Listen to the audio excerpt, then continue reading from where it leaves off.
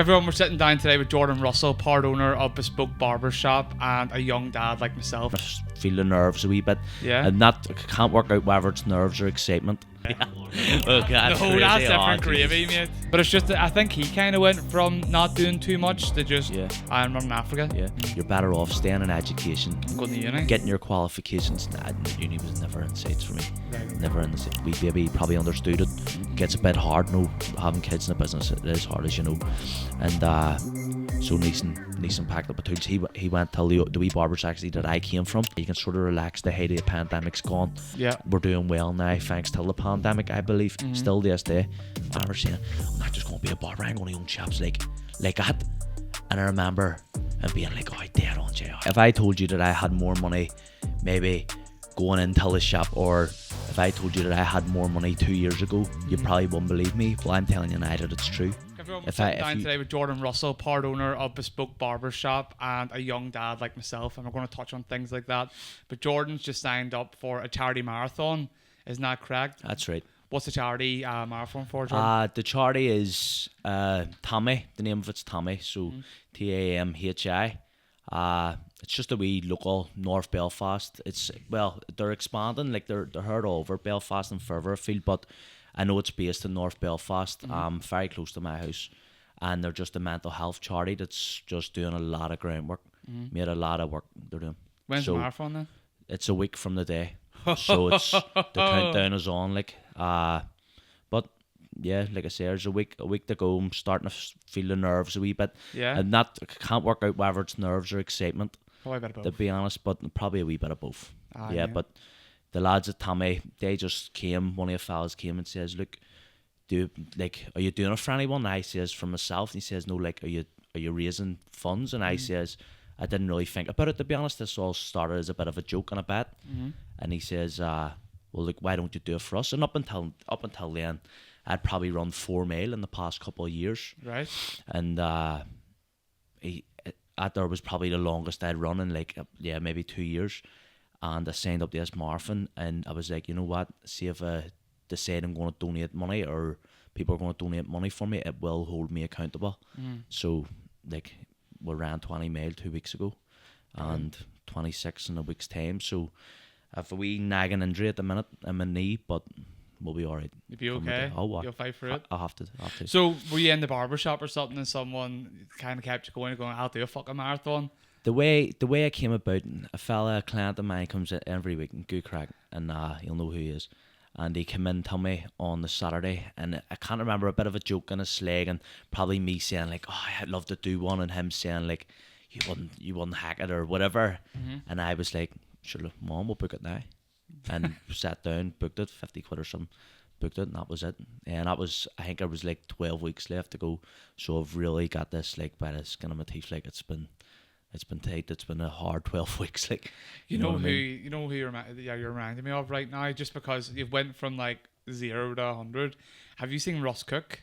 Oh, brilliant, didn't they? Mate, Ross Cook. Just from I've started following this sort of running thing, but what a rocket, like. Mate, have you watched the videos? I watched his videos. I sort of followed it as far as I could. His videos, he making videos like every day, but he's probably like dropping them every 2 to 3 days. Yeah. I've tried to follow his thing, but what, Jesus. That's something else in it. I was watching you can't compare a marathon to that. No, that's different crazy. Gravy, oh, Jesus. But it's just that I think he kind of went from not doing too much to just I'm running Africa. Yeah.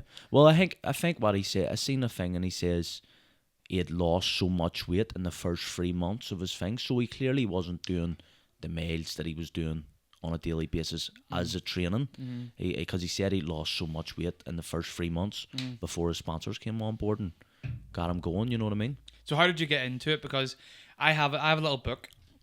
In this little book, I have 50 things I want to do before I die, which is hard to think of. See, when you try and think of 50 things that you want to do before you die, I was like, holy shit, I haven't thought about this. And one of them was to run a marathon. But if it really peaks out, tell you, you'll do it. If it really stands, if you probably haven't got 50 things that you want to do. Most people don't. You don't have to think about the things that you want to do. Yeah, you came up with. I had to think for weeks about 50 things, like how many kids do I want in life? Where do I want to live? Do I want to experience parts of the world? But one of them was a marathon. So I'm an asthmatic, and I've always thought, fuck it, I want to do a marathon.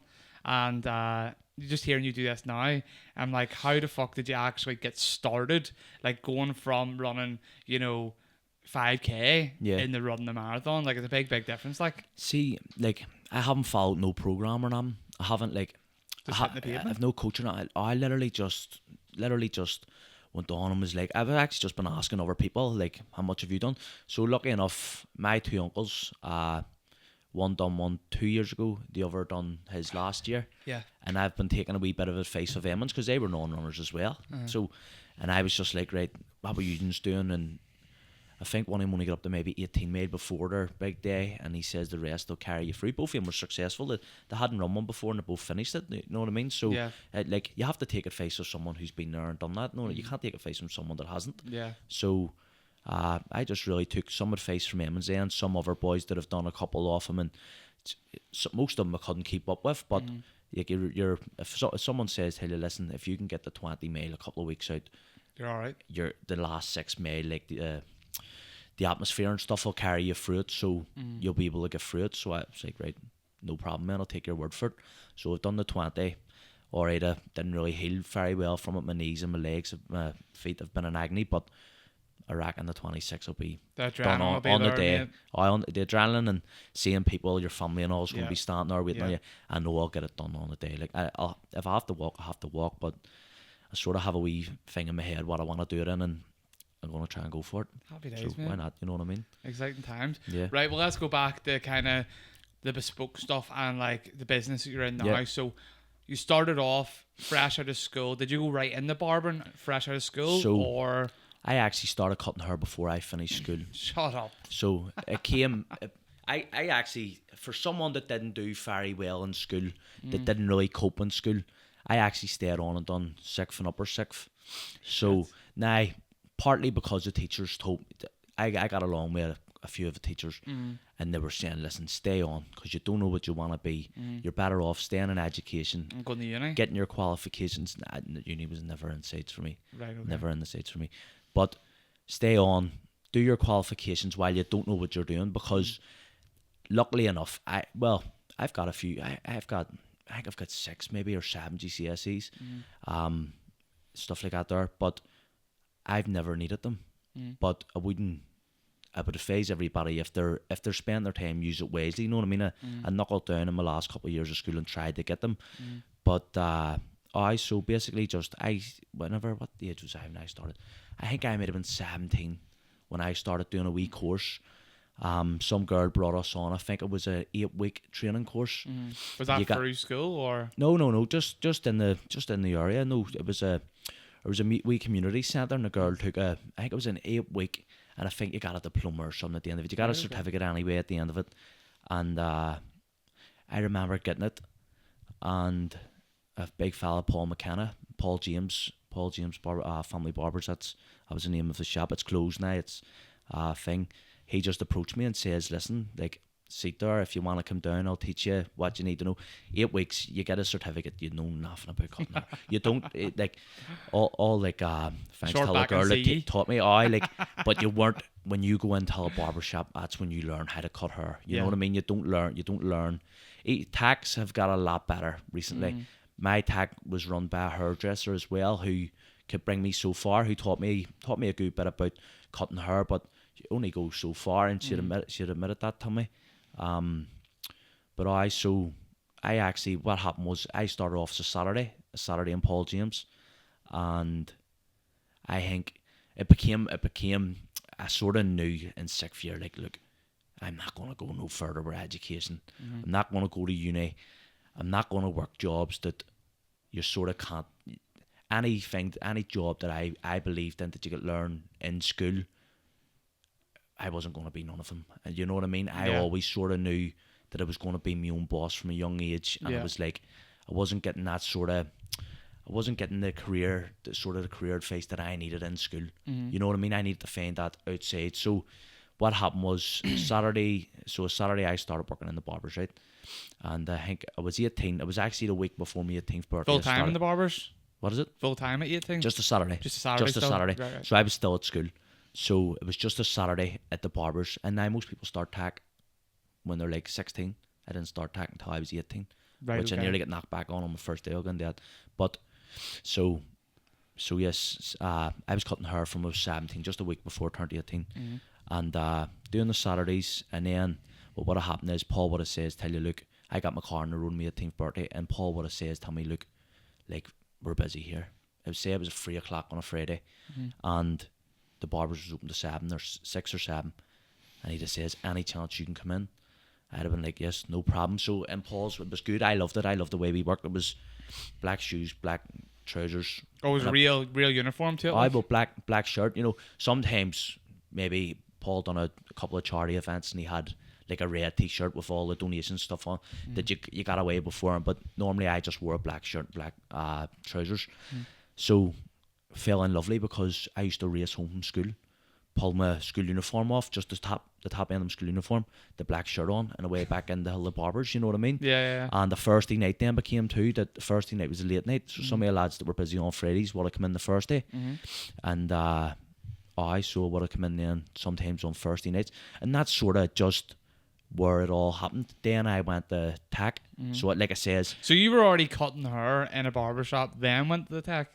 Yeah. It's usually the other way around, like, isn't it? So I was already learning on the job, as it is anyway, and whenever I came into tack, it was the tutor was able to see right away. She was like, I came in at 18, they were nearly knocking me back on my first day. She's like, we don't really take people at 18. Right. So I was like, right, but... Is this BMC? What is it? Was that BMC? It was a Springfield. Oh, right. So whenever I went in, I was like, right, that's dead on. I didn't understand. So obviously everybody in my class was going to be younger than me. So but like I says, like I wasn't smart in school anyway. Like, so I was like, right, I'm getting in, knock on down, I'm getting this done. So you don't need to do because I had a placement lined up, I don't need to do 2 days in tack. So what happened there was, so I went in the tack, and not long until I realised there was going to be a daddy for my first time. So we were like, 18? Right, I had my first time when I was 19. So, but you found out when you were 18, or you were 19 and... I think I found out when I was 18. Mate, that would have... You... Fair fuck to you. Well, bear in mind, I'm probably only on like £80 a week at this stage, you know what I mean, by the time. Because I was only working 2 half shifts on a Saturday. Yeah. If there weren't even 2 half shifts, sometimes only if it got busy. Yeah. And the Saturday, and then whatever your tack was giving you. So it wasn't on a lot of money, you know what I mean? Yeah. So the tutor, it then became, obviously, the tutor noticed that, right, this wee lad can cut hair, and he obviously needs to be out working. So I said there, look, like, about to be a daddy here, I sort of need to get this done as soon as possible, because even though she knew what I needed to do, I couldn't get any more days in work because I need to be in tack. So we banged right through tack, and Paul took me on more and more days.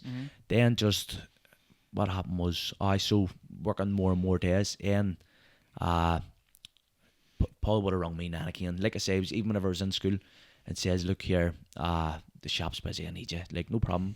Fly down. Me and Paul got on really, really well, mate. Like, really well. And one day he phoned me, he was like, look here, like, there's not much work. And I knew I seen the work drying up. I knew it was drying up anyway. It was drying up. Now, to be honest, I wasn't bringing nobody through the doors. Yeah, you were new to the industry, you know what I mean? I was sort of new. It wasn't as, like, social media, it was a thing, obviously, but people weren't plugging it the way we're plugging it now. Like, you look at our lads, even on the Bespoke page, our lads do not stop with social media. You see it yourself. Yeah. And back then, it wasn't really like that. You know what I mean? Plus, a couple of other wee barbershops had opened up along the way. Like, one, all the age of me, opened up just beside us. Was he an older gent, was he? Well, Paul was an older fella, but I mean, like, it didn't knock his quality of cutting hair. He was amazing at cutting hair. He still sort of cuts hair, but dog grooming he's dog grooming now. So he's changed from human hair to dog hair. But like, see, Paul was always sort of dogs. He's a dog man. You know what I mean? Big axle dogs, pit bulls. Back when pit bulls were a thing, he's always been dogs were a thing. That's mad to hear, man. That's a crazy statement. Pit bulls were his thing, and what do you call it? So it was whenever he told me he was going to open up a dog groomers, I was like, fuck, I'm surprised this didn't happen sooner. Yeah. You know what I mean? So it then work dried up anyway, and I had to look for a new job, basically what it was. So went to a wee local shop in Ardoyne, Worked there for 8 months, I think. Things were good. I was starting to build a clientele. And then... is this when you're a new dad at this stage? Yeah, so I think my wee lad was born in July, and I think it was like September time, October. Now me and Paul had a couple of conversations about the shop being quite a drop my days and stuff. But then it was about September time, October time, whenever I was like, right, we'll have to look for a new job. So got the new job. I think I went about 8 months maybe. And then AMG opened, which was Jerry's first business. With an guy, Michael Neeson. So they both run the shop at this stage. They both own the shop at this stage. And Michael reached out to me and, what are you doing for work? I said, I'm working away. And as the big question came, do you fancy working for us? And money speaks, you know what I mean? I was really like, look, I need a job, but I need money because I've got a baby here. I was looking for my first house, so we were like, right, I do need money, like, and the lads were busy, you know what I mean? There were only 12 weeks in the business. You could see it was going to be busy. So we went up there, like, before you knew it, I was flat out, you know. We got really busy. Neeson left, obviously. What happened? Neeson left. I think Jerry made her run the business a year on his own. As AMG? As AMG. It always stayed AMG. And I was torturing him. Let me buy in. Yeah. And he was just... I think it was more so him wanting to say, I want to see what I can do on my own. I want to make sure I can stand on my own 2 feet before I let you buy in and sort of, sort of replace Neeson. So I was torturing him anyway from the get-go. Let me buy in. You saw the opportunity, you're like, fucking, I was still in TAC, by the way. I was still in TAC, and I can remember saying... Still in TAC when you were working at AMGs? Just as I was going into AMG. Is that like 2 days a week or something, was it? Or? No, I was... We were in 2 days a week, but I was working, so I was doing Monday, Tuesday, working Friday, Saturday, Sunday in AMG, and then I was started getting the Wednesday, so I wasn't really getting days off. Right, okay. You know what I mean? I was getting my weekend, my Sunday and stuff, but I was working. And so when I only started, I think I was only doing Thursday, Friday, Saturday.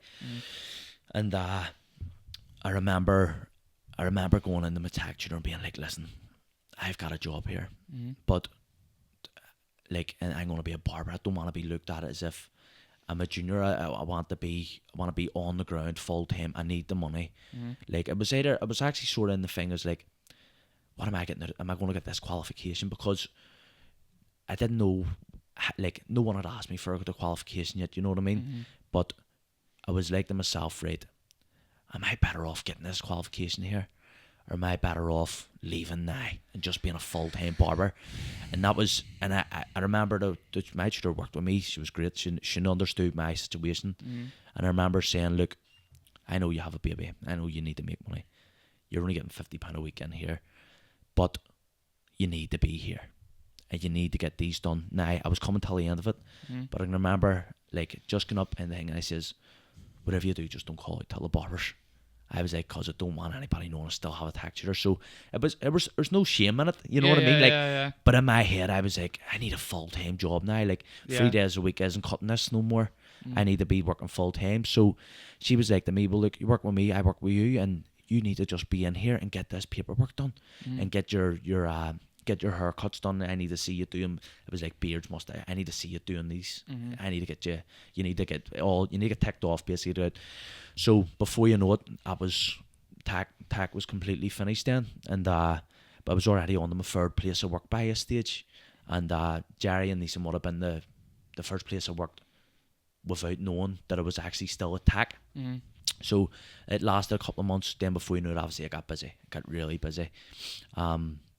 Happy days. Oh, happy days. Like, it got real busy, and I think it might have been a year down the line. Obviously, when Jerry bought Neeson out, or Neeson, but I never asked what happened. But whenever M2 made the deal or whatever, and Neeson left, he just had his own wee baby. He probably understood it. It gets a bit hard, having kids in the business. It is hard, as you know.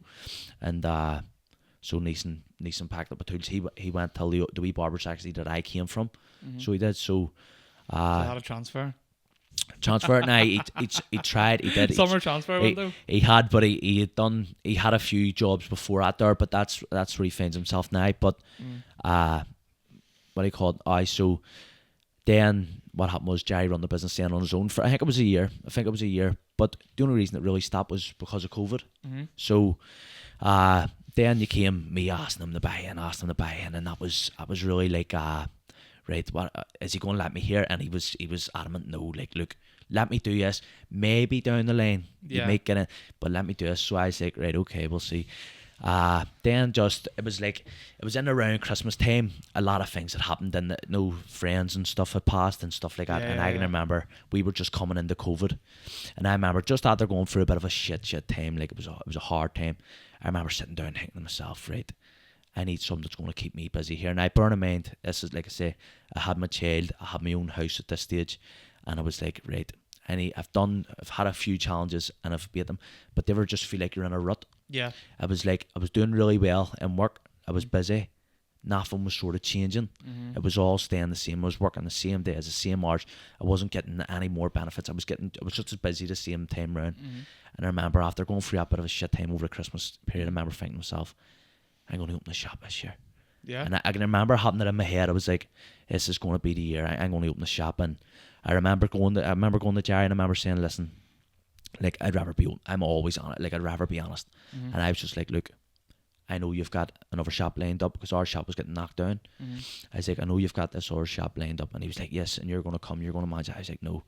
I says, look, either I'm going to be your business partner, or I'm going to open up elsewhere. And I was like, and it's going to be local, because I had already seen properties up, and I was like, but I knew he had signed a dotted line for this shop, which is the Westland Road shop. Yeah. They'd already had a bit of agreement that, like, we were getting in there, he was getting in there, and that was it. And I remember saying, look, it was me, Jerry, and my younger brother Dara. He was also cutting hair at the time. And I remember saying, look, I'm going to open up a shop, but I'd rather do it with you. I'd rather me and you been partners, other than like rival, if you know what I mean. Yeah. And I remember sitting thinking, and this went back and forward for a while. And I bear in mind the shops are closed because it's COVID. And I remember thinking, right, like, and he's saying to me, "How serious are you about it?" And I remember saying, "I'm serious. Like, this is happening." So I was alright. Went and spoke to my daddy and mummy about it, and I remember saying, like, look, it's like, I'm going to open a shop this year. Definitely going to happen. Blah blah blah. And remember my daddy handed me money and saying, look, like, this is to buy into the business. Like, yeah. I know this is I know you're going in, chipping in for the business. So here you go, and here's a loan. And I remember we went up, we signed the lease, we got everything ready to go. So you convinced him? I convinced him. No, Jerry he sort of knew. He knew. He was like, right, I'd rather you came with me over than that night. He wanted me to run the shop. He wanted me to be a manager. I was already a manager of AMG at the time. But you know what? It was good. Don't get me wrong. I can't complain. It was doing well and stuff like that there. But I just wanted to have something to call me own. Yeah. You know what I mean? You know what it's like. I'd already, now by this here stage, what was it? I was 18, I opened my first shop at 22, so I was 21 by the time we'd agreed. So I was young until the game. I remember going to a couple of successful barbers and tell them, look, how long is it before you felt like you were ready to open the shop? And like one guy said 10 years, the other said maybe 8 years. And I remember sitting down after 3 years, and I went to myself, fuck me, this is a real shortcut. If I do 3 years, under 8 years or 10 years, you know. And I remember thinking to myself, but look, like, I really want to go for it. I just felt like in my head, I was like, I really need to do something different here. And I remember saying, I'm just going to go for it. Sure, what? Like, if I don't do it, I don't do it. Like, if it didn't work, it didn't work. Yeah. In my head, I was like, I'll make sure it works. I'm really, really scared of failure. You know what I mean? I never want to fail at anything that I do.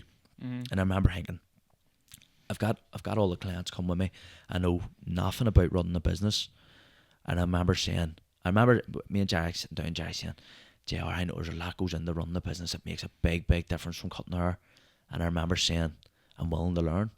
Like, I'm going to have to learn the hard way anyway if I went out on my own. Yeah. So we laugh about it now, and he was like, do you really think you would have went and opened up on your own? You really think? I was like, oh, why? I definitely would have done. He's like, I was like, I definitely would have done it. I would have learned the hard way. Josh, you always do. And so I can remember being like, right, we went in the business anyway, and I was going, and I knew I was bringing a clientele down with me, so I knew all the fundamentals were going to be there. We were going to be busy. Jerry knew how to run. You're working out your numbers, right? Okay, after I pay rent, after I do this, okay, I'll be okay. Yeah, I knew we were going to be okay, and of course my wee brother was coming down too. So we sort of just lifted AMG and moved it down to Westland Road. Yeah. You know what I mean? It was just, we took the same seats. Everything was, we had all our clients. They were literally, it was a 2-minute walk. They weren't going nowhere, you know what I mean? But then the COVID hit. So it was different gravy, wasn't it? So COVID hit what, March? So when you just opened? COVID? No, we had, so yes and no. Right. So it was already signed. We'd already had the deal done, everything else, but we hadn't just opened the shop just yet. Oh, right, okay. So we actually opened the shop on the 6th of July in 2020. Yeah. And that was the day when most businesses were allowed to reopen after COVID. Right. Remember? So getting work done over COVID was hard, you know. Getting tradesmen at all was impossible, mate. Getting tradesmen were hectic, and the other thing was, some tradesmen weren't even allowed to work. Know what I mean? So depended if you were deemed essential worker. Essential worker or not, right? So, but then building merchants most of the time weren't even open. There was a lot of things closed down that made stuff like if me or you were seen out at the shop doing a bit of work, they would come in and ask what's why you here for? Know what I mean? Where's your CSR card? It was like, but do you know what I'm saying? So I remember being a real tough slug to get the shop done. You had to know like who was allowed to do what. You know what I mean? You had the thing, and I can remember sitting in the shop maybe because remember I used to do a review every 2 weeks. Used to do a review, so I think it was every 2 Thursdays. They used to do a review, or maybe every 2 Wednesday nights. I remember they used to do a review saying what shops were allowed to open and what shops weren't. Yeah. Can you remember? I have PTSD with COVID. Yeah. See, lots of it. I've I can't get the word out. Compartmentalized it in my mind. Right. It's completely gone. Do away with it. Mate, it was just because I was sitting in my mum's box bedroom. Yeah. It was melted. Yeah. I have videos of me during COVID where I'm looking back on, is that even me? Oh, I don't like even recognise yourself. My head was away with the fairies, mate. See, I'm drinking Tylenol on my own in my room. See, in fairness, I still to this day, I think a lot of people, it set a lot of people up because I sort of knew, like, from the day, I say, from the day COVID hit, I became my own boss. You know what I mean? Because you didn't work for nobody then. You were completely done with. You had to fend for yourself. You know, during COVID, my first time I looked for a job was I think it might have been called a cemetery operative, where it meant I didn't look too much into it, but I think it was digging graves. And I remember applying for all these mad jobs online, but you didn't know what was going to happen. You weren't sure of what was going. You know what I mean? All the people are going to die here, right? I may start digging the graves. Where's the money? Digging the graves. You know, finally, that's a job that's never going out. You're never going out of work. You know what I mean? But I just remember, I can't even remember any. I don't even know any job sites now at the minute. I can't even remember what it was, but NI jobs or something. Yeah. And I can remember just searching for anything that would take me, because like I had no work coming in. I didn't know whether or not I was entitled to grants. Yeah, I just didn't know where I stood. But I still can remember me and all the lads, we would have sat in the shops just probably painting it or just doing whatever we were just to get by. And I remember looking at the news and being like, right, like it's going to give us a thing. And I can remember one week in particular, we were just sitting there, we were watching the news, and we thought we were going to be opening the next day. And I can remember, and the shop wasn't ready. So we'll probably say it was 6, 7 o'clock. I think it was 6 o'clock news. Say we're sitting there watching them. We're like, right, if this says we're allowed to open, we're opening, but we're going to have to get this shop ready here overnight. Uh-huh. And then if it doesn't, it's sort of bittersweet because we won't be allowed to open at least for another 2 weeks. But then it gives us time to get the shop ready. Yeah. You know what I mean? And plus, you know yourself, you're never done when you think you're done. There's always something else needs done. That's what this podcast's all about. We're not there yet. No, there's always another mountain to conquer. Yeah, there's always something else to do. And I can remember just on a smaller scale sitting in that shop going, there's more here that needs to be done. You know what I mean? Mm. And I can remember just saying, 6th of July, it just says, like it's clear as day, barbershops will reopen the 6th of July. 2 meter distance will be applied. Face coverings, everything was down with the order in boxes for sanitizer. Just with it, get everything ready. But I can remember it was Booksy at the time, and I can remember opening the books in Booksy, and it was like opening floodgates, mate. Oh, 100%. Everyone needed to cut. Everyone needed to cut. That's exactly how it was, and I can remember. So when people say your first year in business is your hardest, it wasn't for you. I'm not going to say it wasn't, because a few months down the line, it sort of fizzed out. The hype fizzed out. Everyone had their hairs cut. Mm-hmm. And I remember, so we'll say right away, it was busy. Mm-hmm. There was no time left. You were cutting hair before you start work. You know what I mean? You were coming in to fit people in before work. You were staying after work to squeeze people in. you were maybe coming in the weekend to cut someone's hair. You were constantly working, you know what I mean? But then I do agree that that's why we have been so successful, because we were going the extra mile for people. You know what I mean? We still are. The lads are still coming in early, fitting in the regulars. A lot of barbershops do, not just plugging our own, but we were coming in, we were sorting people out, you know what I mean? People needed it, that's the way it was. And but I can remember after a couple of months, I remember being like, what, this is a piece of piss. But I knew it was too good to be true. You know what I mean? And not that we've ever been stuck, but I can remember a couple of months down the lane, I remember saying, right, this is business now. You know, I think it was 4 of us at this stage. So me and Jai, my younger brother, and another fella was with us then. And I remember sitting thinking, right, this is whenever you start thinking, like, I need to get my own wages. We need to get Jerry's wages. We need to get Dar's wages, and whoever else we had at the time. I remember saying, listen, we need to get his. So we needed to make sure there was people coming through the doors. You know what I mean? Yeah. And this is whenever it became. I love the thrill of the chase. I love the building the clients. I love the getting the extra day. No, getting so busy that you have to work. I loved all that. No building up to it. But now I was doing it for not only me, but a couple of others. And I can remember thinking, this is a wee bit more pressure. This is whenever I started to think, this isn't as fun as what I thought it was going to be. Although, it still is fun, you know. It's rewarding. It's big risk, but there's a lot of rewards to it. But I remember thinking, right, this is business. This is when the going gets tough, you know what I mean? And we ploughed on through, and I do still believe to this day that the COVID really did help us take off as well as we did. But then, obviously, we took a wee quieter spell. I started to panic a wee bit, and then everything comes back to normal again. And I remember that didn't only happen once. I can remember that happening a couple of times until I got it into my system that, right, I need to work out when it's going to be quiet, when it's going to be busier, when it's going to be quieter, and just try and get my clients in more regular, sort of break a cycle down a wee bit, put money away for a rainy day. You know what I mean? Stuff that you know, every businessman sort of understands themselves. You get a good week, that's sort of your safety for the thing. That's your safety for your next bad week. You know what I mean? And that was probably one of my biggest struggles. Money management? Just because money was coming in, money was good, but the more money out you were getting, the more money you were spending. You know, and it wasn't like, to me, money to me isn't, it's not like, I don't really care about the money. It's the money to me is just stability. It's security. You know what I mean? It's just something that you have to have. You know what I mean? But other than that, that's all it was for me. But whenever it was just sort of trying to judge it, but that was my biggest struggle, and trying to make sure that the lads were going to be okay. Yeah. You know what I mean? And like I say, we were a busy barbershop, but it was because it started off so high. And that you're like, right, what's going on here? No, but looking back now, you weren't ever struggling. It was just in my own head. I was like, what's going on here? Because at the start, you couldn't get booked in for weeks. Yeah. Now maybe there's you maybe have 2 or 3 slots free during the day. Yeah. And all businesses go like that there, you know what I mean? So that was maybe one of my biggest struggles up until that point of the first year. Yeah. Maybe that's whenever I really sort of knuckled down, got myself into a wee rhythm, and thought to myself, right, this is what business is all about now. You can sort of relax. The height of the pandemic's gone. Yeah. We're doing well now, thanks to the pandemic, I believe, still this day. And so just coasting then from there on out. See, most businesses, pick any business you want in the past 100 years. Most businesses will start their business at a certain time. Yours was pandemic, right? Yep. So you started at the pandemic. Everyone needed a haircut. Like, everyone was like shaving their own hairs or doing all sorts of mad shit. So you opened the floodgates. We were flat to the mat, which is totally understandable.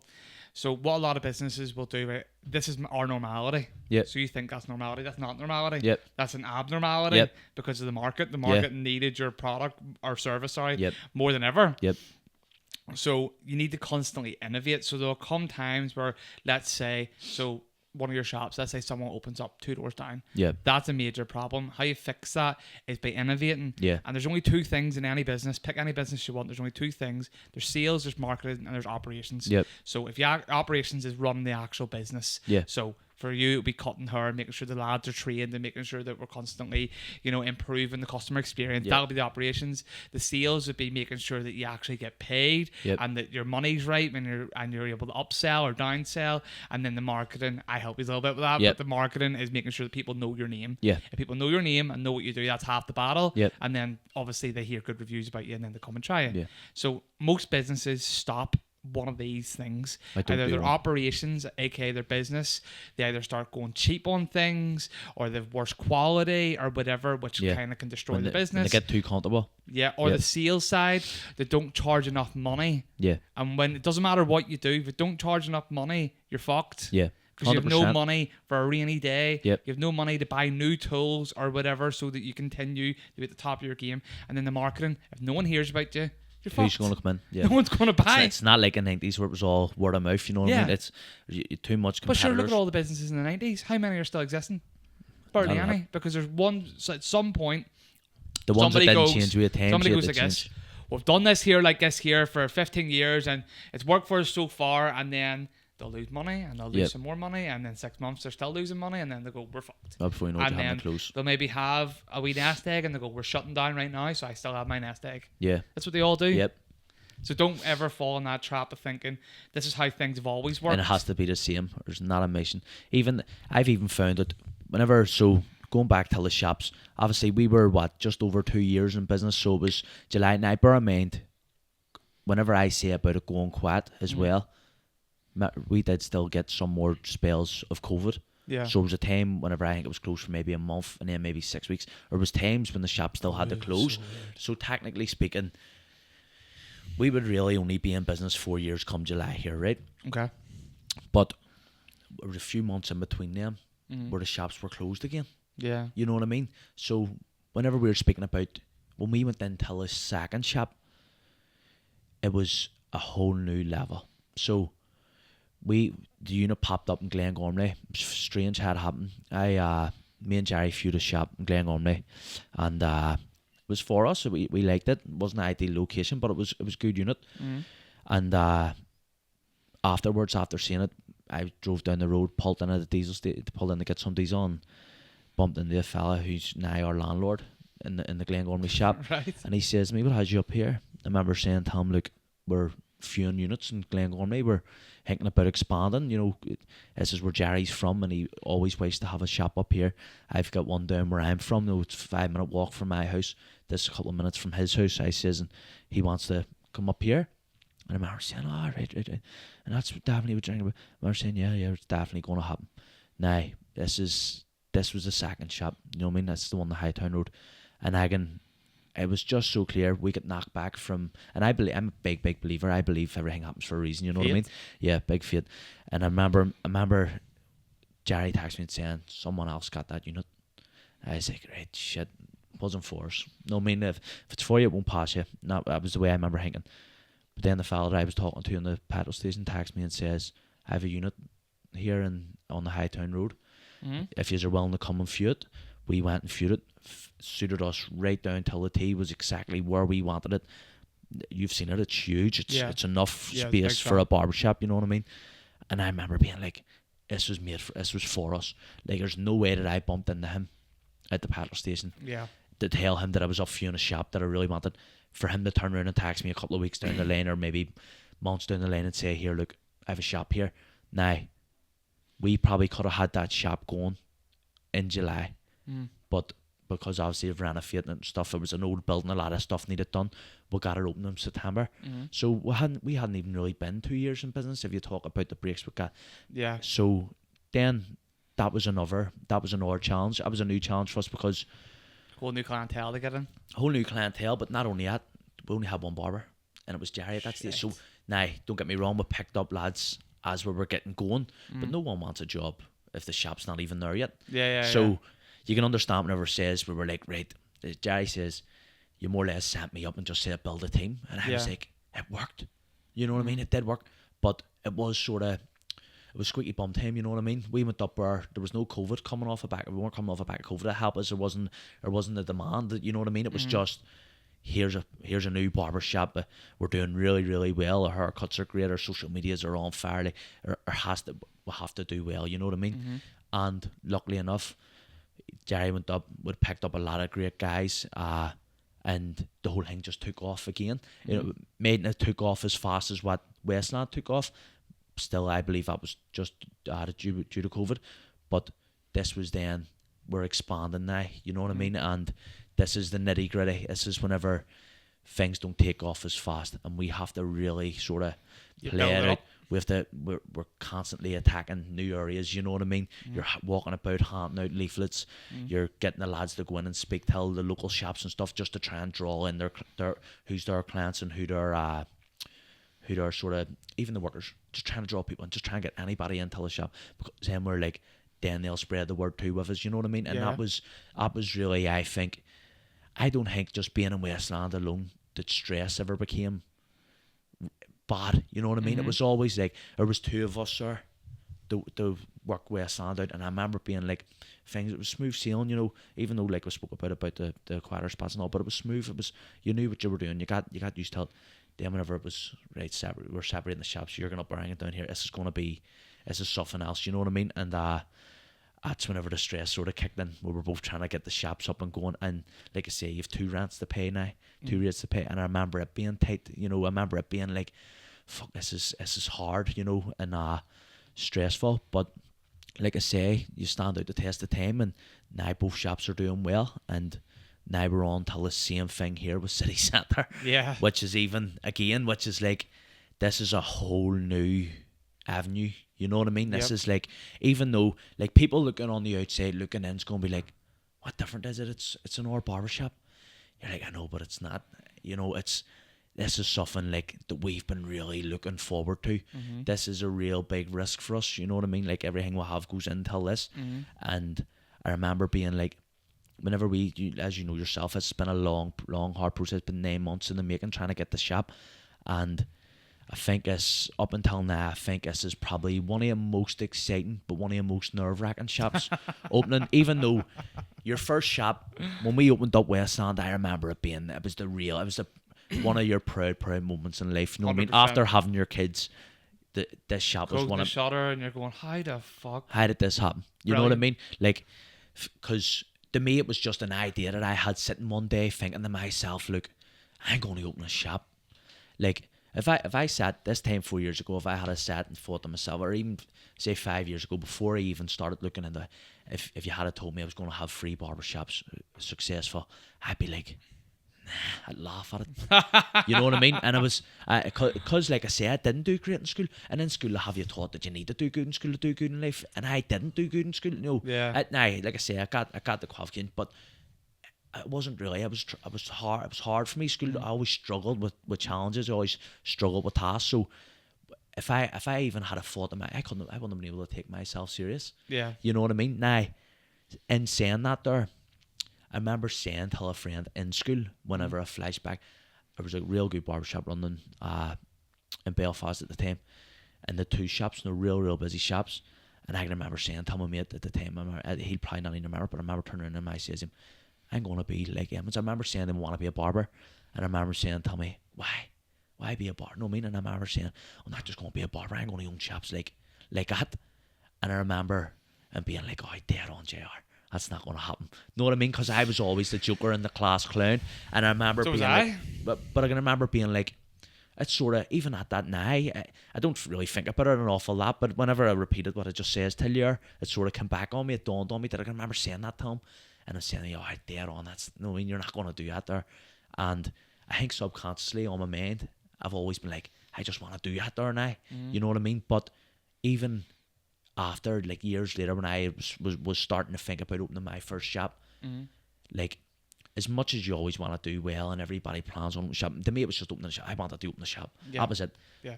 But if I had a new back end that I was going to go on to own 3 shops, I'd be like, no way, I'd laugh at myself. You know what I mean? I'd be like, so in the back of my head, I'd be like, you're mad. You know what I mean? But I do believe, like I say, whenever it says that I do believe what's for you won't pass you and stuff, I do believe in what you put in will come out. And I believe that I've worked very, very hard. I know that I've worked very, very hard to make these things work. And I know right now it's hard and it's stressful and everything else, but I know we'll put everything into making this city centre shop work too. Yeah. You know what I mean? And I know in like maybe a year's time, me and you sit down again and we'll be laughing about me freaking out about this shop. Do you know what I mean? So there's an age-old saying: fortune favours the brave. Yeah. You don't ever get the next level without taking risk. Life is not about risk. Yeah. I was speaking to my uncle yesterday. So I said to you before we came on the pod, I'm going to Egypt next week for a few days. I said to my uncle about it, and he's like, "Oh, there's a lot of things going on over there, and it's dangerous." And I'm going, "Life's not without risk." I go in my car right now, I drive around the corner, and a truck could wipe me and kill me. Yeah. Life is risk every day. You wake up, a nuke could drop tomorrow. That's risk. Every day's risk. It's how much risk are you willing to take? Yeah. And there's mitigated risk. So is it a smart risk?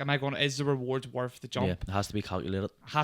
Exactly. So you kind of mitigate your losses, but if you don't take risk, you'll never go anywhere. Yeah. And that's what most people do. Most people never take risk. They're risk averse. But if you don't, you're just going to stay in the same place that you're always going to be. But that's exactly true. So most people are happy to get whatever their 2,000, 3,000, whatever it is, their monthly wage. Yeah. They're happy to get that to the day to die. Why? Because they feel like it's always going to come. But it's not, because at some stage they'll probably get fired. Like, for example, whenever you were talking there about your first job and things dried up a little bit, you know what I mean? He has to think, I need to look after myself. So he cut you. But you probably weren't thinking that. You're probably thinking right up to the time it came, like, we'll be all right. He'll keep me going, and then life happens. No, but I can remember having the conversation. I beg Paul. Paul has 6 kids.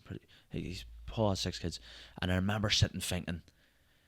I went through all it, you know what I mean? I understood everything. So, like you're saying, yes, in the back of my head subconsciously, if I had been anyone else and we didn't know each other very personal, that's what you would have been thinking. But in the back of my head, I was always thinking, well, he has bigger things going on than me. I've only had 1 kid, still living with my mummy at this stage. Yeah. So it wasn't really that bad, you know what I mean? But I know what you're saying. Like, he had to take a huge finger and think, right, am I going to have to let him go or keep him on? And maybe the risk be... And you just have to do these things in business, you know what I mean? It has to happen.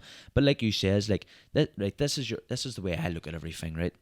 I wouldn't be doing what I'm doing now if I wasn't happy doing it. See, if you have to wake up in the morning and drag yourself out of bed, you shouldn't be doing 100%. The job that you're doing, right? So I really build up stress, right? I get really stressed out at times, but I'm only getting stressed because what I'm doing is something that I'm really passionate about doing. You know what I mean? And like, as well as that there, I would be like, if I came to work every day and didn't have the drive to do what I wanted to do, I would look at the lads and think to myself, why are they working here? Yeah. You know what I mean? If they seen me and I didn't have no motivation or whatever to make a bigger scene of what's going on in this shop, if I didn't have drive to, say, maybe open more shops or go and do stuff out of the ordinary, what makes our shops different? What makes the lads come to our shops? Yeah. You know what I mean? Why aren't they going and just working in the ordinary shop down the street? That's why I think we've been so successful. But a lot of that comes with stress. So a lot of things like new stuff, like what do you call it? Like me coming on here today, like this is to me, this is a big deal. You know what I mean? Like it's not something that you always want to be doing, and you're putting yourself out there a wee bit. But if I'm not doing it, why would the lads go and do anything like that? You know what I mean? So what I'm trying to get down to is all the sort of hard work that you're putting in now. Yes, it may be stressful, but I'm hoping that we get reward from it. You know what I mean? I hope, like, the risk you're taking with everything in life, that you get reward. And go back to, if you're not happy doing what you're supposed to be doing, then why are you doing it? Because it's your life. It's up to you to change it. You know what I mean? So, like, if I didn't enjoy doing this, I wouldn't do it. Yeah. Do you know what I'm saying? If I didn't enjoy working, doing what we're doing, running the shops, you wouldn't be doing it. I don't understand anyone that would. Do you know what I'm saying? You know what comes into my head though, right? When we're talking about risk, because we're talking about risk. We live in a very amazing time in history. Yeah. Think of any other time pre-1950 where times weren't really, really, really tough. Yeah. Even like I was watching a YouTube video yesterday about the Irish potato famine and how 2 million people died or something like that, and how England could have helped and all this sort of shit. We get it really easy nowadays. Too easy. We go way, way back. We would be thinking, we could be sitting here right now, drinking, let's say, some mead, some fucking honey beer, mead or whatever. We could be sitting here, and then next minute someone comes through that door and kills us because we have food and they need food. Yeah. That's how tight things were. Yeah. You had a castle, you could be sieged in the castle until the point that you starved to death. Yeah. When you think about risk, we're not at the risk of dying. Yeah. So everything else is all right. Yeah. Would your mum put food on the table for you if you really fucked it? 100%. Then you're all right. Yeah. You're all right. 100%. What are you going to do? Lose your car? Sweet. Yeah. There's bosses. No, there's nothing really worth worrying too hard about. But our risk is very, very low. Yeah. Unless, even if you went and fucked it, you proper fucked it. Yeah. Bank robs they only last 7 years, mate. Yeah. You're always gonna be alright. You're always gonna be alright. But the thing is, I just never wanna be in that situation. Yeah, I'll never be in that situation. That's how like strongly I am, because I do stress so much about not doing what I aim to do. You know what I mean? So failure is my biggest fear. That's exactly what it is. And I'm not saying like if I had to and I went back to cutting hair in the shop, I'd still be just as happy as I am. Yeah. But if I push to do something that I really want to do and I don't do it, I'll be very unhappy. You know what I mean? Yeah, so, yeah. Even when you're talking about money there, so we were talking about money before, how like money's not a big thing for you. It's kind of something that gives you security, which is right. Yeah. But remember this, money loses, well, the past couple of years, lost about 10% of its value every year. Yep. So there's 20% of your money just evaporated in spending power. Yep. Say you had 100 grand, like, that's my safety now, I'll keep 100 grand in the bank, right? So 100 grand, and you kept that for 10 years. And say that on average, 7 years, every single year is 7 years of inflation. Yep. That would mean your money that was worth 100 grand 10 years ago is now worth £30,000. Well, you need to make more money. Spend your money to make more money, or you're fucked. You can't save your way into being secure. No. It doesn't exist unless you buy property. Different story if you're going into property, because property usually appreciates and it kind of mitigates that risk. But don't worry about saving. Some people do that. I need to, and you know what? I can be a victim of that myself, where I think I need to have this number in the bank to feel like safe. That's not how I work. It's mad, isn't it? But that's how your brain's tuned in. But to me, that's not how I work. If I told you that I had more money, maybe going into the shop, or if I told you that I had more money 2 years ago, you probably wouldn't believe me. Well, I'm telling you now that it's true. If I had more cash probably 2 years ago than what I have now, and it's just been probably down to invest in everything that we have. Like I think people just sort of believe whenever you've got the businesses that you've got a load of money lying about. That's not the case. People think you're joking when you say that is not the case. Me and Jerry, we invest like. It'd probably be alright if you just had the one shop or the two shops and you just constantly drained money from shops. You would probably do alright. But that'll stop at some stage, because you would no longer grow. Like again, what good's that money sitting there in the house, or what good's that money sitting in your bank? It's not worth nothing. It's not worth anything. Yes. And in my eyes, like this is what I'm saying about the big risk, about being stressed out over the big risk. See, like you said whenever you turn the shutter down at the end of the night, you get your proud moment, right? Yep. Well, this is the way I look at it. Even though I know it's a big risk, it's a big stress. See, whenever you walk into that shop and you're like, Jesus Christ, this is something that we have accomplished. Yeah. You know what I mean? That's better to me than opening my online banking. 100%. And seeing how much money I've got in the account, because I'd be thinking to myself, what good's that doing sitting there? It doesn't mean nothing. What I mean about security, by the way, is I know there's always going to be food on the table if I'm working the way I'm working. Yeah. As long as I can work, always going to be food on the table. That's what I mean by stability and security. It just means that I'm always going to be able to provide. Yeah. It's nothing about like I'm not putting money away for a rainy day. It's nothing like. I just mean whenever I'm always going to be an earner. I'm always going to be a hard worker. And it's just really for the stability and the security. Like if you could work, and not saying money does make a world go round. It is true, but if you could just work to have enough food to do your lifetime, you know what I mean, your car to run the rest of your life, to be rent free for the rest of your life, you would take it. Yeah. Because you're going to be happier, because you're not going to have to take the big risk. You know what I mean? You're not going to, but then again, you're not going to be able to sit back and say, well, I've done something out of the ordinary that someone else hasn't done, and therefore I've got this to show for it. Yeah. You know what I mean? So it really is it's a balance between putting the hard work in, maybe sacrificing a few things in life to get the nice rewards and the pride out at the end of it.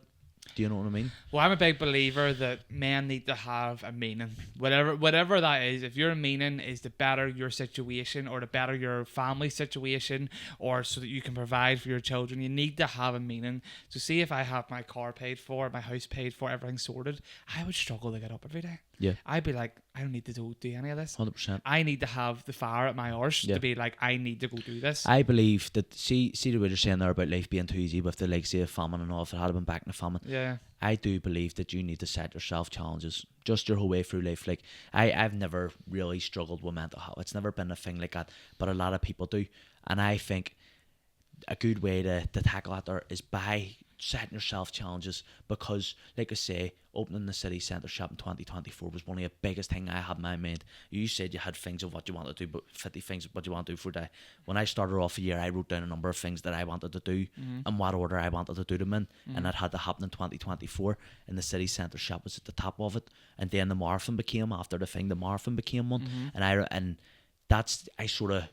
go to myself, right, get this knocked out first, then we'll do this, and then we'll do that. And in that way, in my head, like, yes, you may be going to yourself, shit, I've a lot on my plate here, but in the back of it, how good does it feel now that shop's ticked off a list? Yeah. This time next week, the marathon's going to be ticked off a list. And I do believe that what you're saying, you find it hard to get up out of bed. If you're chasing something the rest of your life, you're never going to get that excited. Yeah. You know what I mean? You're always going to have to get up and go. You know what I mean? And I do believe that that's the reason why people's life is too easy, because they're not giving themselves something to do. So when something goes wrong, their head's all over the show. So that's why I get up and I make sure, like, look, I have something that's going to keep me busy. And although it can be stressful and whatever else, it's still rewarding. It still keeps you ticking. You know what I mean? You're still getting up. You're still doing what you need to do. Yeah. And I think that gets you through. I think that's why you be happy at the end of it. You know what I mean? 100%. I also think your surroundings are a big part of things. So, like you're saying, you haven't really had to deal with mental health. You probably have a really good circle, really good family, really good missus. Like, that's great. But I want to talk about this friend that I have, because he's a really, really good person, like a really good person. Yep. But his immediate friend group, other than me, going to exclude myself from this, other than me, they all like to take drugs all the time. Yep. They all like to go out and drink all the time. They all work 9 to 5s and have no aspiration for even a promotion. Yeah. They're all very much happy with and content in their little circle of just taking drugs, waiting for the weekend, and have no aspirations to better themselves at all. Yep. So I like to come into him. I text him every day. Yeah. And I'm like, have you read 5 pages today? And he's like, no. So then I ring him. Why not read 5 pages? Because I want him to better his life, because he has people around him that he thinks, okay, he's earning just like, 10p above minimum wage, which he was earning 10 years ago. Yeah. I hope he doesn't mind me talking about this. Yeah. But his situation hasn't changed in 10 years. Yeah. If your situation hasn't changed in 10 years, sort your fucking life out. Yeah. You don't want to be in the same spot. Or you'll be waking up at 50, 60 going, I fucked it. Yeah. I fucked it. I had all that time. You know how long it takes to do a fucking university degree? 3 to 4 years. Yeah. Want to change your situation? What do you want to do in life? You want to be a doctor? Okay, you got 8 years. Take a while, but whatever you want to do, there's a path. Set out a plan and fucking attack it. Yeah. Don't be surrounded by people who all just want to be in the same situation where, oh yeah, I'm happy just to get enough just to buy bread, milk, the essentials, and then go out the weekend, buy, a bag of gear and fucking drink myself in oblivion. Yeah. Because life's way more than that. Yeah. Now, I'm not saying you shouldn't go out and party and have a good time, but you have to earn that. You have 100%. to go out there, hit the People gym. are going out and celebrating nothing every weekend. You go out and you celebrate nothing. You know what I mean? And you know all about it, because the likes of the Ardoyne's in a state. Yeah. We're in a state right now. Yep. I know all about it. You go out there and there's telltale people, all the same people. Same faces. Fucking out partying and taking drugs in each other's house every single other day. Yep. And I'm going, come on, like, there's more to life than this. 100%. Find something, find your mission and attack it. Even if, like you say about your friend, even if it might not be monetary to him, it might be something else. It could be, like, if there's someone that is unhappy all the time, it's nothing to do with money. Like, I've met some of the happiest people in my life that has no money. 100%. You know what I mean? And it's just because they've lived a happy life. Now, I don't want to be that person when I'm retiring that I don't have any money to say I've proved. Now, don't get me wrong, I want to spend my money, I want to have a good life with my kids, I want to go on holidays, I want to do the stuff that you want to do, you know what I mean? You want to take these holidays, you want to maybe jet off here and there everywhere. No, with your kids, you want to do all the mad experiences, but you still don't want to be left with nothing at the end of your life. Do you know what I mean? There's a lot of people who are. Well, that's what I'm saying. So what I'm saying about you saying about people going out partying, and I'm saying you're celebrating nothing every weekend. You're going out at the weekend. You've probably been pissed off all week, and you're going out and drinking your money at the end of the week. Whereas you'll probably complain that you haven't had a holiday in 6 years. Yeah. And if you could just put that money away and do something positive with it and go on that holiday every couple of years, then that's your wee reward. You know what I mean? You've sacrificed a couple of weekends on the drink for a holiday that you've always wanted to do. And that's how my head would work. Do you know what I mean? How does, think of how much money you spend the night out, right? On average, let's say, even really, really cheap. Let's say 25 quid. That's really cheap. That's Weatherspoons, or that's getting a carry out or whatever. Couple of pence. 25 quid to, let's say, 100 quid. Yeah. If you're spending that every weekend, in 10 weeks, you got a grand nearly. Yeah. That's a holiday for a single fella. Money management as well. Like, my mum is one of these people. See, if you give a lot of people £1,000, they'll go spend £1,000. 100%. That's it. Yeah. They'll go and spend every penny they have. My mum's like this, and I hate it about her. I say, you need to look at what you make and then spend a little bit less than that, and then have a wee 50 quid in your savings or something. Yeah. Just put something away. You're not taught about this in school. No. In school, they teach you a lot of history, for example. Like, you do need to know your history, but I think people need to know also how to survive, make people more educated in how to run their money, get their money to work for them, because you can't save your way into being secure. Like I said, you had 10 years, 100%. You had 10 grand in the bank. Invest it. You 10 grand in the bank. I got 10 grand savings. I'm all right. 10 years down the line, that 10 grand's worth 3. Yeah. Come on. It's worth none. And then going over 10, it's worth fuck all. Yeah. 100%. So you need to constantly think of how to better your situation. Whether, for example, I have a friend who had his own business, but he took a risk. The risk didn't pay off, and that's fine. And he's now out doing another job on top of his job until he sorts out his costs for that risk, and then he'll go back to the drawing board and he'll go again. Yeah. And you should have that mentality. But go again. The drive. Upskill yourself. Get yourself in a better situation, and drive yourself from there. There's another thing actually I want to bring up. Did you see Rishi Sunak saying about he's going to stop all the benefits for anyone who's not working?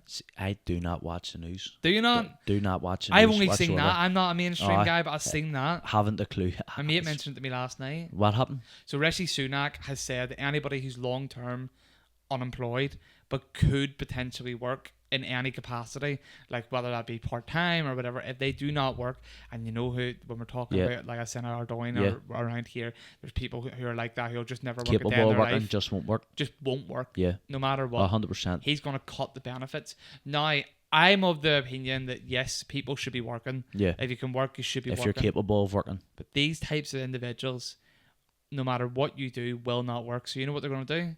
They're going to turn to crime. Yeah. They're going to start looting fucking houses. They're going to start stealing from the shop more. They're going to maybe start selling drugs. They'll do anything in their capacity than work. Yeah.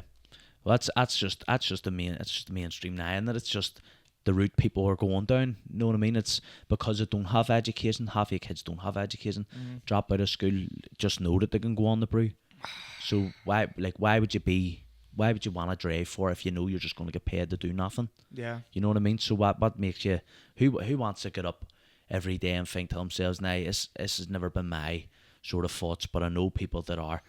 Why would you want to get up every morning and go and chase an education or chase a job down or try and better yourself if you can get paid to land bed? You know what I mean? Right. Like, why would you want to do it? But then you have people out there...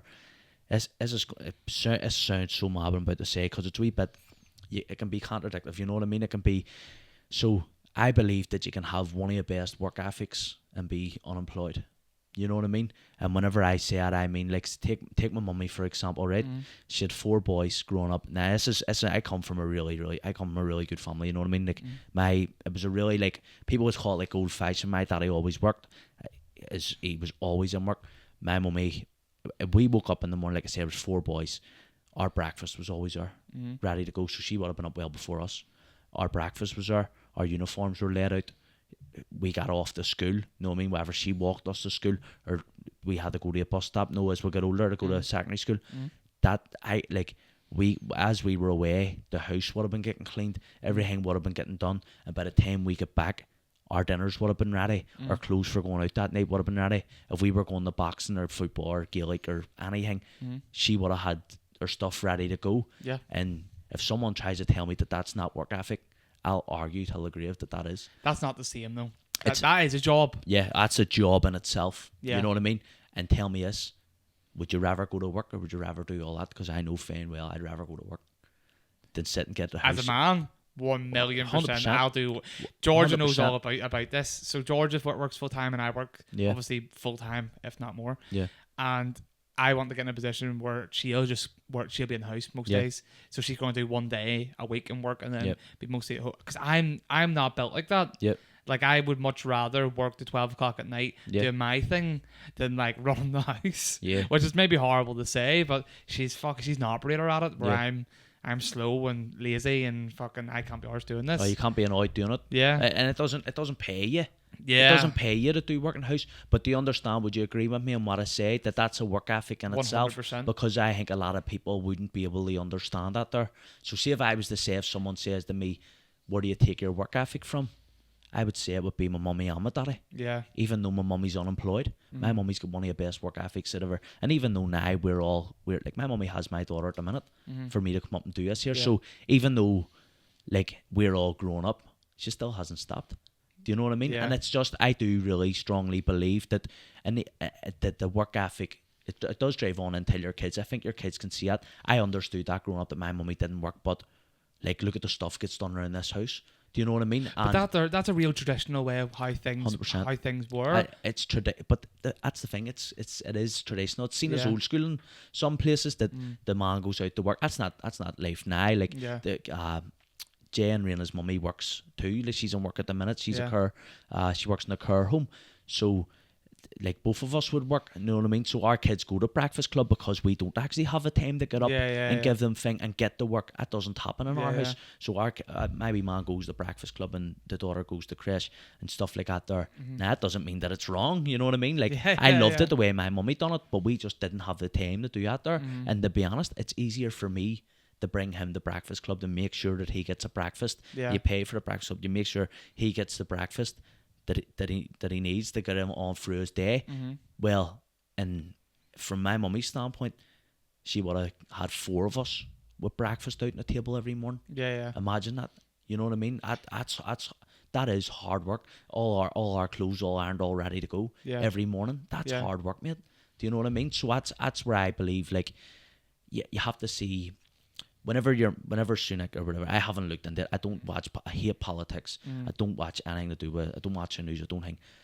But when I hear things like that, I think to myself, in certain situations, yes. Yeah. In certain situations, is it fair on everybody? Probably not. Yeah. I don't know. I haven't seen enough of it to be able to argue against it or with it. But put yourself, if there's a fella at 25, I'm 26, sorry, I always say 25.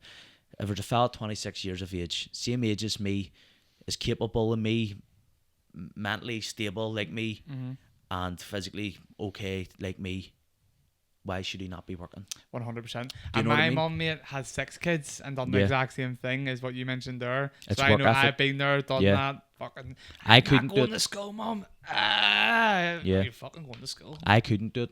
Do you know what I mean? I couldn't do it. So I do believe that's a job in itself. 100%. Raising kids is a job in itself. Do you know what I mean? 100%. So I know we sort of went a wee bit off topic, but there's where my head would lie with that. So for someone to come in and say that someone didn't deserve benefits or whatever, and there were like stay-at-home parents, I think it would be maybe a bit of a harder argument. Do you know what I mean? So where's the series lie? What's the thing? Just if someone isn't working. Well, here there's another topic we could talk about, and it's, have you seen? Now you say don't watch the news, so I'll tell you. Rishi's also said about is it Rwanda? So he's sending all the immigrants that come here for asylum to Rwanda, and what's happened there is all the immigrants in England, Wales, Scotland are all getting a boat or a plane over here as fast as possible and then going straight down south. Getting a boat to here? Getting a boat to NI to get transportation over the border to go into the south, because the south is part of the EU, and they won't do that. Where anywhere in NI and mainland Britain, if you're an asylum seeker with X criteria, at the moment it doesn't matter. You just get. I mean, I'm not a big fan of this, but they get a hotel, and they're looked after and all the rest. They're all getting shipped to Rwanda. So there's mass exodus. They're all getting shipped to Rwanda from here, getting a plane to Rwanda. Now I'm going to give you my opinion on this, but I think honestly our infrastructure, we're a small country. Yeah, we're a small country. I even take the whole of Ireland. Whole of Ireland, I think 7 million or 6 odd million. If we let 100,000 people come in a month, we're a bit fucked in a few years. Like try and get a doctor's appointment at the moment, it's almost impossible. Go to the NHS, go to A&E, like you're there for a whole day, if not more, for anything that isn't deemed life threatening. So I'm of the opinion that we can't handle much more populace coming here. We need to fix our infrastructure. Now, we had a better infrastructure, and there was better programs for integrating people who are from the Eastern Asia or wherever they're from, or South America or whatever they're from. If there's better integration into our ways of living, I would say bring them all in, let's look after them. But what's happened, in my opinion, is there starts to be a split between people who identify as, let's say, Northern Irish, British, and then split completely, and then every other nationality that is none of these things. Whereas if you go to America or similar, you need to see yourself as American. You go Australia, you need to bring some sort of item to the table, that you're a doctor in your homeland, or you got a trade or wherever. Where if we don't have a benefit and you don't want to integrate into our society, what you're going to see is kind of us going a little bit backwards from Christian states, where now we're like, love your neighbor, murder is wrong, we shouldn't do horrible things to people, like torture them. Whereas maybe in lesser developed countries, that's normal. Seen as normal. Well, here's the thing, and this is the way I would look at it. I don't really look too hard into it, but I know down south has a really, really big problem with immigrants at the minute. They can't even get a house down there. They can't get a house. Well, here's the problem. They can't even house Irish down the south. You go until, like, people from your own country should be able to be. I believe if there's people homeless on the streets, why bring more people in? If you can't house who's already here on the streets, why would you want to bring more people in?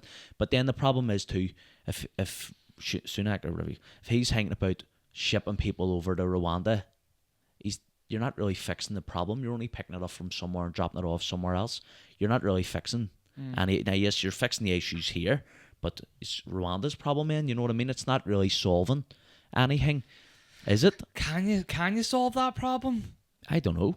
But I mean, America's tried. I mean, they invade places that it would be brilliant. So it'd be brilliant for here, maybe, in terms of being able to get back on our feet with the NHS and stuff like that there. But you're only really leaving our country worse off. Do you know what I mean? So I don't really know. I don't know where. Well, would you sacrifice your quality of living to have a bunch of people who potentially do not like you, do not agree with your values, do not care about what way we have society at the moment, which I think with a decent society, capitalism, you can fight against it or you can say you're for it. But I quite like the game, you could say, at the moment. I think we're all treated fairly. Like, I come from zero, nothing, no money, nothing. Mum was in debt all her life, and I have had a good kickstart. That maybe if I was in a lesser developed nation, I'm fucked. That's it. There's no opportunities. So for me, and look, Ireland's an immigrant state. Like we've like. What was it at the height? Like 40 million. We have a lot of people's fled to Australia. Remember, a lot of Irish have fled. Or America. Well, considering during the famine that everybody fled here, we were once immigrating in our country. So you can't to really be hard on someone that's trying to come here for a better life. Would be wrong of us. But to be welcoming in more people whenever your own country is doing wrong, is another issue. But when I think about when you talk about going to Egypt, you're going to abide by their laws. Yeah. That's what you're going over there to do. When you come from here and go to Dubai, you're abiding by their laws, or else you're going to suffer severe consequences. Which is like, remember your man brushed up against an Orfell, he's now in jail. Yeah. That would have been dead on here. You'd have got away with that here. What was he? Was he English or what?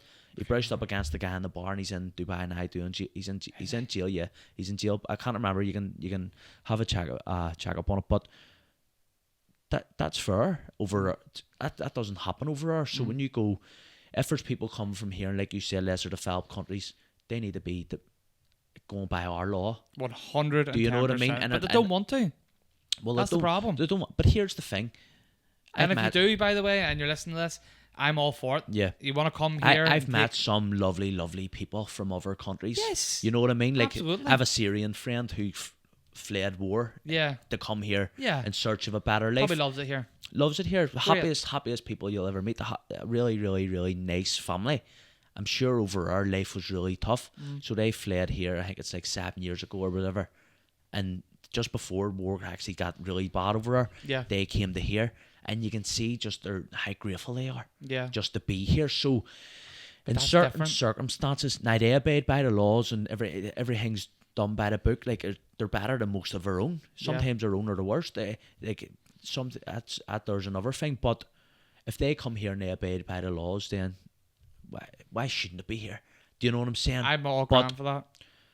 If we have the infrastructure and they're willing to, now we are, even if you're not Christian, all the values that we have today has derived from Christian values. That's the whole Europe. That's where it's all derived from. They're Christian values. Love your neighbour, don't murder, don't steal, blah, blah, blah, New Testament, whatever. Now, we're going a bit screw with some of the laws. Like, Scotland put out a hate law, which basically says if I say, for example, I dislike, I don't know, like a mosque going next door to me. I'm like, it gets me a little worried. That's hate. That's not a hate crime. Yeah. Or I say, I dislike fucking gypsies or something. That could be a hate crime. Yeah. So they're taking like they're taking free speech and they're going and saying, right, you're talking about a subject, let's say even COVID, and you're saying your opinion on COVID. They could say that there's misinformation and you're not allowed to say that and put you in jail. Yeah. This is where we're going really soft. It's very soft, isn't it? It's very like there's a phrase gets through about that, and it's just snowflakes in it. Just like, people don't like to hear if you say something that's going to hurt someone's feeling, you'd be better off not saying it in this day and age. And like at Scotland's just went a wee bit further. Went a bit screw with. Than us. I think the guy's about to get booted out. The First Minister. Is there such thing as freedom of speech? Not in the UK. You know what I mean? Not in the UK. Has there ever been? Or hasn't really? Like, not in the UK and Ireland. Nah. America does though. They can say whatever they want. They have. It's in their Declaration of Independence or whatever it is. Their what do they call it? Constitutional rights. Sorry, yeah. Right. So it's in their constitutional rights. They have freedom of speech, and freedom of speech is they can say whatever they want, and then freedom of religion, which is you can do and worship whoever you want to. Yeah. So that's a great thing, and a lot of the freedoms we enjoy today is because of America. Yeah. Which was populated by a lot of Irish. Yep. So we are an immigrant state, and that's why I say we have the infrastructure. America was different because America was advertising for people to come there and start plantations and start villages and start communities because it was just barren land. Yeah. Whereas we're not barren land. We don't have that. And we have little small pockets of community that maybe has one GP, like Carrickfergus, for example, where we are, one GP. You're never getting them with them. Yeah. We don't have the infrastructure here. We don't have it. We don't even have the roads, to be honest. We don't have nothing here to be able to house any more people than what we already have them. And in them terms, you have to think to yourself, before you can bring on any more problems, sort out the ones that you 100%. Have going on now. You know what I mean? So it's it would be mad to bring in any more people, but saying no to them also wouldn't be very nice. It's sort of where do you draw the line? Do you know what I mean? I would be of the opinion is of try to give. Because there's a lot of resources in the world. Try and spread resources evenly and hopefully these places that they're fleeing from, now obviously you can't control war. War's one of them things you can't control. But if it's economic, so people seek asylum for economic stuff, so it's different from fleeing war. If you're fleeing war, I totally understand that. War is a dreadful, horrible thing, and no one should have to flee war, or no one should have to be involved with a war, especially an unjust war. But when it comes to economics, where you're fleeing because you can't afford to live in that country and you need financial help, then there's a problem in that there's country. A problem. We need to fix where you're coming from here. You know, at the end of the day, if we can fix the infrastructure there and maybe give them more prosperity, then they wouldn't need to flee over here. Or maybe it's for the laws that are over there. Maybe they're homosexual and where they'll get executed on the spot. I understand that as well, but will that change? Because obviously in the Muslim faith and stuff like that, that's just straight no. Like, you're but stoned. Then the thing is, what are you just stopping people at the border and asking their reason for fleeing their country, and is someone's reason not as good as somebody else's? See, it you know worries what I mean? Because people think of like your struggles I may not see as hard, and you may not see my struggles as hard. Yeah. But they're obviously bad enough if you're fleeing a country. 100%. Do you know what I mean? 100%. So it's one of you just need to be careful. Like, some of these people are like, there was one in Australia, the guy in Australia going around stabbing people, stabbed a baby. Yeah. Stabbed like 6 people and stabbed the baby. Yeah. The mum died trying to protect her baby. Like, I'm not trying to be in any way racist here. Yeah. But we wouldn't really see that from someone born in Ireland, north or south. Yeah. We wouldn't really hear of someone going on a tirade to stab babies and stab people for no reason. Yeah. There's usually, and for a long time it was around, but if you're a Catholic or Protestant, that would be obviously, but you like still didn't, like, it wasn't like stabbing babies and all that shit. So, but that's, regardless of where you're from, that's a mental problem. Think so? 100%. It has to be. It has to be a mental problem, mate, for someone to do something like that. There's something underlying there. Hamas, for example. I don't know, but there's something underlying there. Like, if you're growing up seeing feelings like that every day, your brain's not going to work like the average man or the average woman's brain. Yeah. Like, pain's not going to be pain. You know what I mean? And hurt's not going to be hurt. It's just going to be something that you've seen a lot of it, so why it's normal. You normalise it. Yeah. But to us, if that happens, it happened in Ardoyne. We'll not go into an event like that happened a couple of years ago. But just whenever my wee girl was just born, there was a baby stabbed to death in Ardoyne. So you can look, and they'll not go into it. It's a bad subject, but that person was obviously unstable. Do you know what I mean? And like, that's something that should have been picked up on a long time before the event happened. Yeah. You know what I mean? So, like you say, if you come from somewhere a wee bit less fortunate than here, and we're like, here now, we can cry for help to anybody. Realistically, there's all the helps are that you need. Some other countries, that's not seem like that. You know what I mean? Some other countries, you probably don't have the benefit of being able to go to someone and say, look, my head's not right. Probably just kill you on the spot. And some people, the worst thing is, some people whose heads aren't right don't even know their heads aren't right. Yeah, so true. To carry out an action like that before they realise, fuck, something's wrong here. True. Like I say, if we get the infrastructure sorted, I would invite everyone and wanted to be part of our community. Yeah. Come on in. We were an immigrant nation at one stage. We're a small country. Yeah. Fix that. Fix, like you said, the homeless.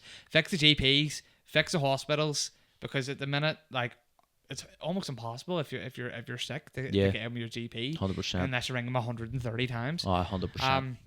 So last little thing I want to touch on is, well, last couple of things. Running your own business to date, what has been the hardest challenge for you? I would say probably time management more over any other thing. See, between like having a young family and having the shops, I would say maybe time management. Trying to use your time wisely to spend as much time with your kids, but no one finally, because see, barbering's it's a late job here. It's a 10-hour day job. You know what I mean? It's not that you're not getting out to 8 o'clock at night. Most nights your kids should be in bed for shortly after that. So it's really just about trying to spend your time wisely and effective. So I would say probably the hardest thing I've ever tried to cope with was my spending too much time in the shops. not enough with the kids, or face for am I spending too much time taking holidays and that, which I don't think I do, but I get slagged for by the lads that you love a holiday. Well, no, you take a day off, but I do believe that the time management just between having the kids, I reckon if it was just a solo man, just on my own, doing my own wee thing, that the shops would just be your main focus. If it's if your shop's just your one responsibility, you're gonna be flying.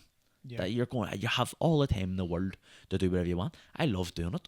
Know what I mean? Like I said, if I didn't love it, I wouldn't be doing it. But I love doing it. But finding the time and setting time aside to do certain stuff involving the shops or certain stuff involving the kids is probably the hardest thing I've ever had to deal with in terms of business. Do you know what I mean? Just in terms of life, just in general, not even just business. But I would definitely say the time consumption, or to spend your time wisely. Okay. 100%. And then, what advice would you give to a young man who's just being given the news that he's got a woman pregnant at 18, 19, 20 and think his world's going to end? What advice would you give to him? Fuck. Well, if I had to go off my own. Yeah. So, see, to be honest, I reckon, depending on who you are as a person, I reckon having a kid could save your life. Yeah. I do believe that some people maybe are crying out to maybe have it.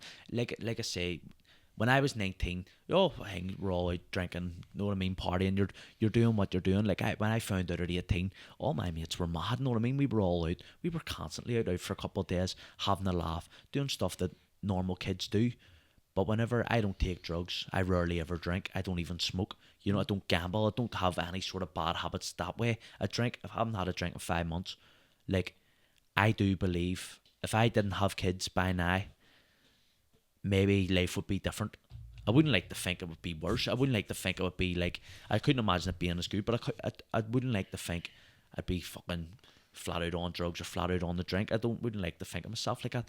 But I do really think that me having my wee lad at 19 really made me grow up quick. Yeah. I couldn't really give anybody else advice because we all have to learn for ourselves. But having my wee lad at 19 really made me buckle up my ideas. You know what I mean? Like I said, I dropped straight out, as soon as I could have dropped out of tech. I took on more days in the shop. You know yourself, see if you've been working flat out all week, you have no time to do it. You don't want to do anything the weekend. Yeah. You want to chill and get ready for the next week ahead. Yeah. So if I could give from my own life, I would say, like, it's not, life's not over. No, I remember someone saying to me on the bus one day whenever you're having the kids, I don't know why, if I just left school, I'm pretty sure, when I just realised I was having Jay. I think we had just finished school. For some reason we're on the bus and one of the lads says, or maybe they just made a joke about it before, saying, your life's over once you have a kid. And I remember thinking, fucking hell, that's mad. And then I found out we were having Jay and thinking, your life's over when you have a kid.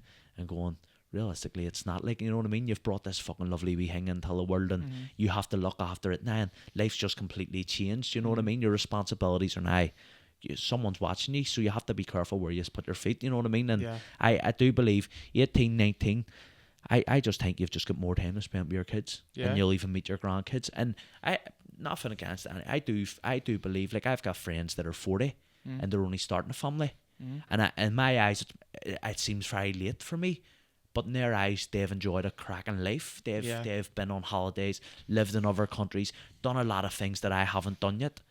And, like, I'd be jealous of them in that sense. They'd be like, they've already done all this, and now they're having kids. Where I'd be like, by the time I'm 40, I think my wee lad, I had him when I was, 19. So say by the time I'm 40, he's going to be 20. Is that right? Yeah. He's going to be 20. He's going to be up.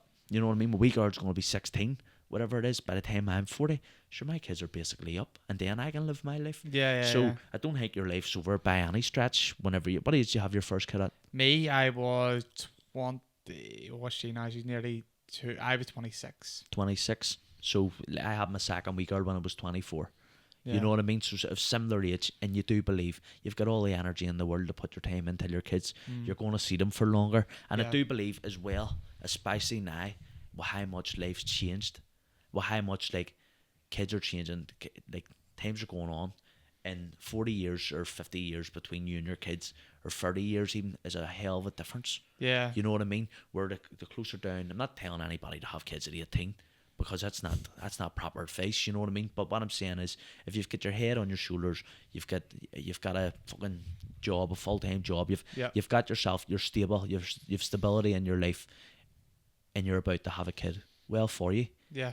If you're not stable and things aren't going the way they should be, and you have a kid on the way, well, you really need to buckle up your ideas and just get to work.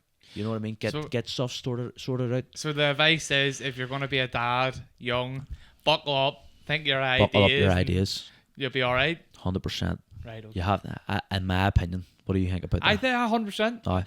With me, I don't think age. I don't like getting married young. People that get married young, people say, you don't know love when you're young. What would you know? Know what I mean? Like, if you want to do something, I don't think age ever judges your maturity. Yeah. I don't believe in that there for a single second, because like when I had my kid at 19, my first kid at 19, we've never had no trouble. Like, we worked, always got the house right. Everything's been sweet as a nut. We don't like go out and party at the weekends. We've got everything under. The average 19, 20-year-old is out doing that now. Yeah. You know what I mean? And then you see people maybe have their first kids at 30, might even lose might even go on to lose them to foster care or whatever, you know. Like, it doesn't matter. Some people might be bad parents older than me, and it doesn't matter whatever age you are. It doesn't judge how good of a mummy or a daddy you can be, you know what I mean? I remember going to have Jay and people saying, fuck me, kids having kids. Know what I mean? And I remember that's a saying, and walking about with that wee green book, a maternity book or whatever it is, I remember it, and people being like looking at you like, fuck me, you're not very young to have kids, and being like, you can't judge who someone is or because of what age they are having kids at. Do you know what I mean? Absolutely, totally agree. With me, I thought it was the end of the world, not gonna lie, because we weren't expecting, we're obviously not doing things right, but that's another story. And I sat there with my granny at the time. I was like, I don't know how I'm going to do this. Like, I was freaking out. I had a business which was absolutely thriving, but it committed, like, every hour I had was on this business. It was one of the Mexicans I had, and it was flat out. And I was going, how am I going to run this business and spend time with a child and this and that? And then what you realize is when they're actually born, one, actually seeing a baby that is your baby is a unbelievable experience. It's like outer world experience. Like, you feel like you're out of your body. Very spiritual.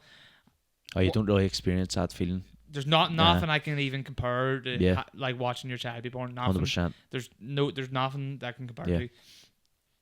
But what I realized real quick was my life's not over. This actually is like a driving force to me to make sure that this little girl looking at me in the eyes, I'm her dad. And I need to she's relying on you. Step up 100%. And actually, I would say it was a new chapter in my life. That is a new experience, and everyone should have that experience. Don't be scared of having kids. I was scared of having kids. Now I want to have another kid. You know, my mindset's completely changed. It's like, when me growing up, my daddy's my biggest role model. You know what I mean? Anyone that knows me knows that. We're like best mates, right? So when I look at my wee lad and I go to myself, like I said, you have to watch your putting your food.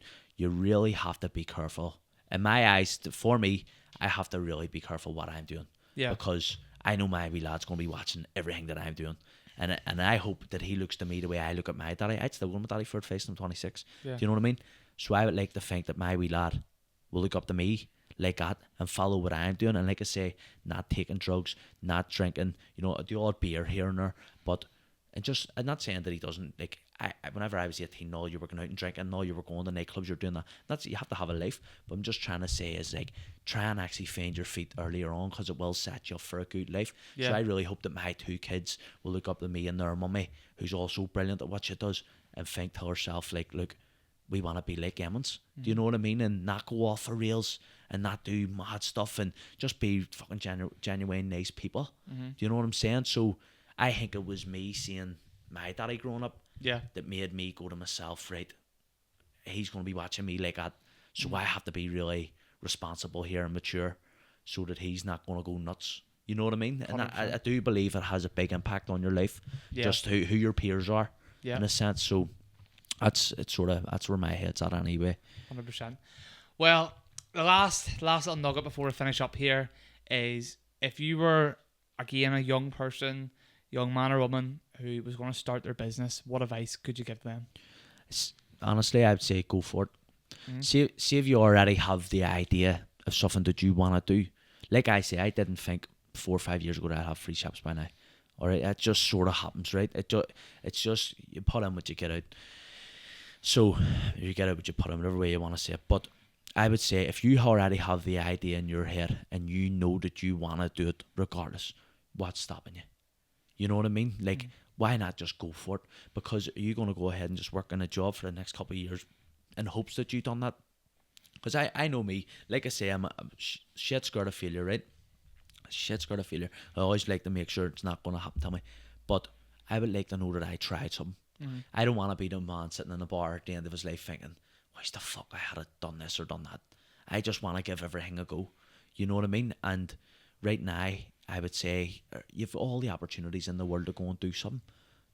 If you want to open up a shop, there's going to be help there to go and get it. Or you can get grants now to open up businesses, which we didn't go and get, but you can go and get grants. There's silent investors, which we don't have, by the way. It's just me and Jerry, as you know. And you can go ahead and get them, and they'll help you out. Do you know what I mean? I would say, get educated on what you want to do. Like, I really want to own a coffee shop at some stage. That's something that I want to do. I know nothing about coffee, about pouring coffees and things. So if I was ever going to go and do that, I would have to go and work in a coffee shop or watch people in it. You know what I mean? Yep. So I would say, get a wee bit of background on what you're going to try and do before you go for anything, and then go for it. 100%. That would be my own advice. Like I say, I just go for it. Go for it. There we have 100%. It. Straight from the horse's mouth. Jordan Russell, thanks so much, mate, for coming on. No problem. Thank you for having me on. Appreciate it. 100%.